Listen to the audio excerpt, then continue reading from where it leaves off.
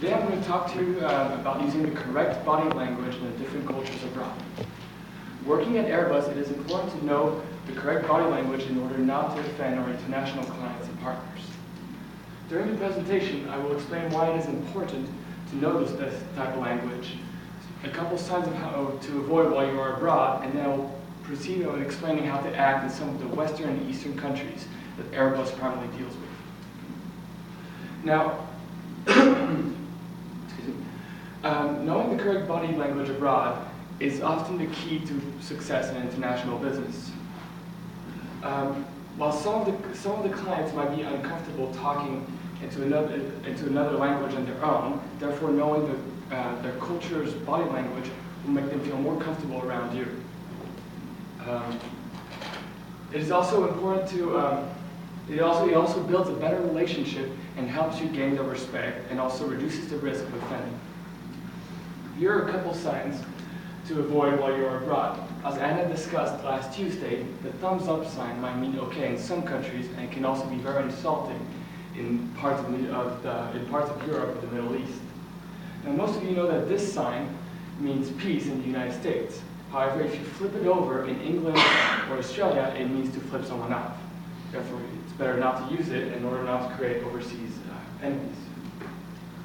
Now, the Germans value their punctuality and strive to achieve perfectionism. When you meet a German, make sure to never shake hands while having your hand in one pocket, or talking to them while having either hand in your pocket.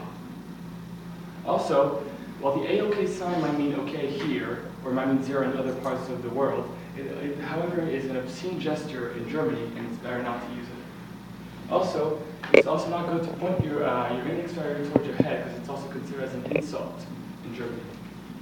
And if there's anything you need to remember about the French, is that they highly value professionals.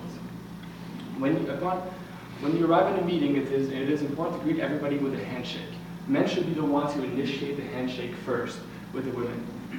Also, it is good to know that close friends will greet each other by kissing each other on both cheeks. When you sit for the meeting, make sure to sit straight and to not have your legs apart. Make sure that your knees are together and that your legs are crossed. Also, do not yawn during a business meeting. The French will take great offense to it. When you arrive at a business meeting or any social event, it is important to shake everybody's hand, including the children if it's a social event.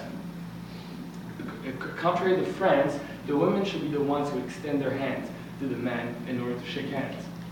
The handshakes are usually light and firm, and it's important not to stare, because staring is usually considered very rude in England.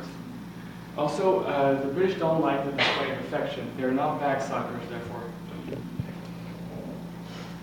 Now, while Indians may shake your hands, they much prefer greeting you with their greeting sign, which is Namaste, which means placing both hands together and doing a slight bow while saying Namaste. However, if you do shake hands with them, it is important to shake hands with the men and not the women. Women should never be touched by a Western man. Also, Indians value the personal space, so it is important to keep an arm's length distance while you're talking to them. Also, it is important not to point with a single finger at something or someone. It is usually used with inferiors. If you need to point at something, either point with your tongue, the entire hand, or chin. Now, even though the handshake is becoming increasingly more common in China, they might, however, instead bow or nod. Also, Chinese hate contact. Therefore, do not touch them and avoid any body contact. Also, I'm sure a lot of us have blown our nose into a handkerchief and then put it back into our pocket because there might have not been a trash can around or anything. Therefore, but don't do it ever around a Chinese person. They find it highly vulgar, and it might ruin your relationship with them. Also, don't point with your index finger, point with your entire hand. Now, I found this one very peculiar.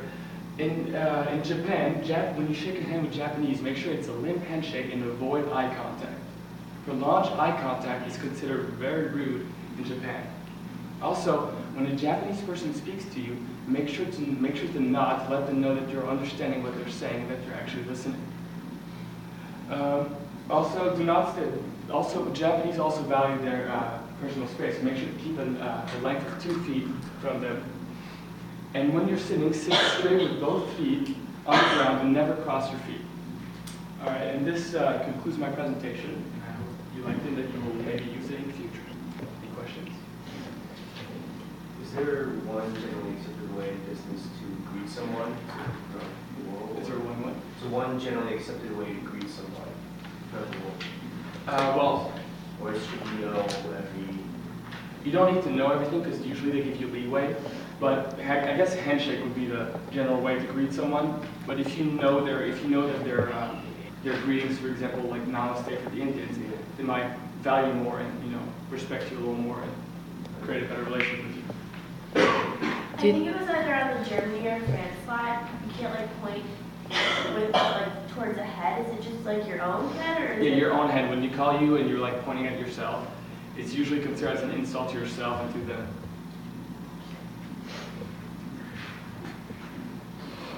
Are the rules regarding women, are they still in like a common practice in those other countries since we're kind of migrating away from? What do you mean, in India, for example? Like in India and Great Britain and France, like how? In Great Britain, it's usually tradition that, at least between Britons, that women extend their hand first to men.